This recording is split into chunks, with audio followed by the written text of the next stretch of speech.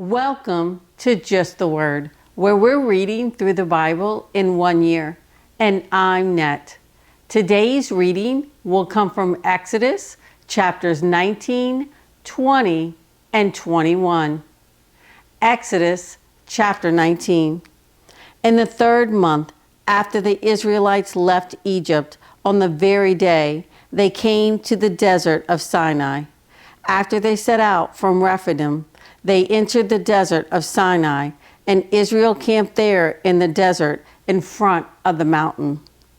Then Moses went up to God, and the Lord called to him from the mountain and said, "This is what you are to say to the house of Jacob, and what you are to tell the people of Israel.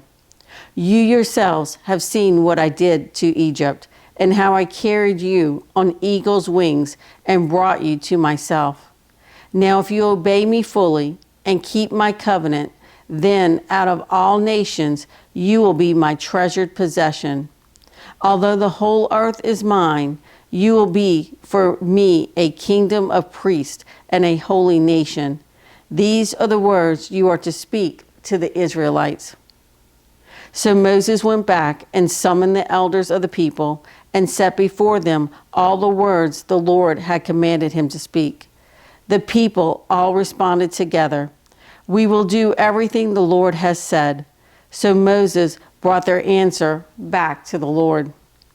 The Lord said to Moses, "I am going to come to you in a dense cloud, so that the people will hear me speaking with you and will always put their trust in you." Then Moses told the Lord what the people had said.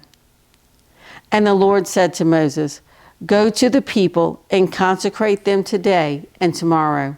Have them wash their clothes and be ready by the 3rd day, because on that day the Lord will come down on Mount Sinai in the sight of all the people. Put limits for the people around the mountain and tell them, 'Be careful that you do not go up to the mountain or touch the foot of it. Whoever touches the mountain shall surely be put to death. He shall surely be stoned or shot with arrows. Not a hand is to be laid on him. Whether man or animal, he shall not be permitted to live. Only when the ram's horn sounds a long blast may they go up to the mountain." After Moses had gone down the mountain to the people, he consecrated them, and they washed their clothes. Then he said to the people, "Prepare yourself for the 3rd day. Abstain from sexual relations." On the morning of the 3rd day, there was thunder and lightning, with a thick cloud over the mountain, and a very loud trumpet blast. Everyone in the camp trembled. Then Moses led the people out of the camp to meet with God, and they stood at the foot of the mountain. Mount Sinai was covered with smoke, because the Lord descended on it in fire. The smoke billowed up from it like smoke from a furnace. The whole mountain trembled violently, and the sound of the trumpet grew louder and louder. Then Moses spoke, and the voice of God answered him. The Lord descended to the top of Mount Sinai and called Moses to the top of the mountain. So Moses went up, and the Lord said to him, "Go down and warn the people, so they do not force their way through to see the Lord, and many of them will perish. Even the priests who approach the Lord must consecrate themselves, or the Lord will break out against them."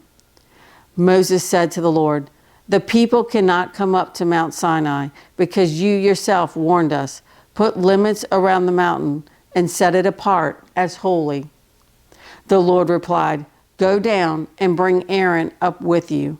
But the priests and the people must not force their way through to come up to the Lord, or he will break out against them." So Moses went down to the people and told them. Exodus chapter 20. And God spoke all these words, "I am the Lord your God, who brought you out of Egypt, out of the land of slavery.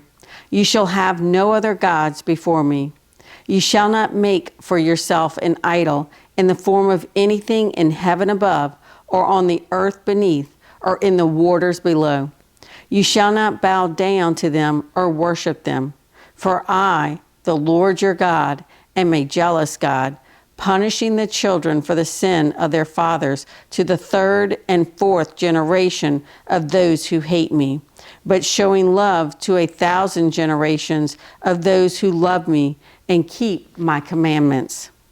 You shall not misuse the name of the Lord your God, for the Lord will not hold anyone guiltless who misuses his name. Remember the Sabbath day by keeping it holy. 6 days you shall labor and do all your work, but the seventh day is a Sabbath to the Lord your God. On it you shall not do any work, neither you nor your son or daughter, nor your manservant or maidservant, nor your animals, nor the alien within your gates. For in 6 days the Lord made the heavens and the earth, the sea, and all that is in them, but he rested on the seventh day. Therefore the Lord blessed the Sabbath day and made it holy. Honor your father and your mother, so that you may live long in the land the Lord your God is giving you. You shall not murder. You shall not commit adultery. You shall not steal. You shall not give false testimony against your neighbor. You shall not covet your neighbor's house. You shall not covet your neighbor's wife, or his manservant or maidservant, his ox or donkey, or anything that belongs to your neighbor. When the people saw the thunder and lightning, and heard the trumpet, and saw the mountain in smoke, they trembled with fear. They stayed at a distance and said to Moses, "Speak to us yourself, and we will listen. But do not have God speak to us, or we will die." Moses said to the people, "Do not be afraid. God has come to test you, so that the fear of God will be with you to keep you from sinning." The people remained at a distance while Moses approached the thick darkness where God was. Then the Lord said to Moses, "Tell the Israelites this: You have seen for yourselves that I have spoken to you from heaven. Do not make any gods to be alongside me. Do not make for yourselves gods of silver or gods of gold. Make an altar of earth for me and sacrifice on it your burnt offerings and fellowship offerings, your sheep and goats and your cattle. Wherever I cause my name to be honored, I will come to you and bless you. If you make an altar of stones for me, do not build it with dressed stones, for you will defile it if you use a tool on it. And do not go up to my altar on steps, lest your nakedness be exposed on it." Exodus chapter 21. These are the laws you are to set before them. If you buy a Hebrew servant, he is to serve you for 6 years. But in the 7th year, he shall go free, without paying anything. If he comes alone, he is to go free alone. But if he has a wife when he comes, she is to go with him. If his master gives him a wife, and she bears him sons or daughters, the woman and her children shall belong to her master, and only the man shall go free. But if the servant declares, "I love my master and my wife and children, and do not want to go free," then his master must take him before the judges. He shall take him to the door or the doorpost and pierce his ear with an awl. Then he will be his servant for life. If a man sells his daughter as a servant, she is not to go free as men servants do. If she does not please the master who has selected her for himself, he must let her be redeemed. He has no right to sell her to foreigners, because he has broken faith with her. If he selects her for his son, he must grant her the rights of a daughter. If he marries another woman, he must not deprive the first one of her food, clothing, and marital rights. If he does not provide her with these 3 things, she is to go free without any payment of money. Anyone who strikes a man and kills him shall surely be put to death. However, if he does not do it intentionally, but God lets it happen, he is to flee to a place I will designate. But if a man schemes and kills another man deliberately, take him away from my altar and put him to death. Anyone who attacks his father or his mother must be put to death. Anyone who kidnaps another and either sells him or still has him when he is caught must be put to death. Anyone who curses his father or mother must be put to death. If men quarrel and one hits the other with a stone or with his fist, and he does not die but is confined to bed, the one who struck the blow will not be held responsible if the other gets up and walks around outside with his staff. However, he must pay the injured man for the loss of his time and see that he is completely healed.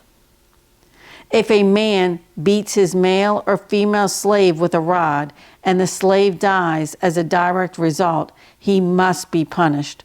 But he is not to be punished if the slave gets up after a day or two, since the slave is his property.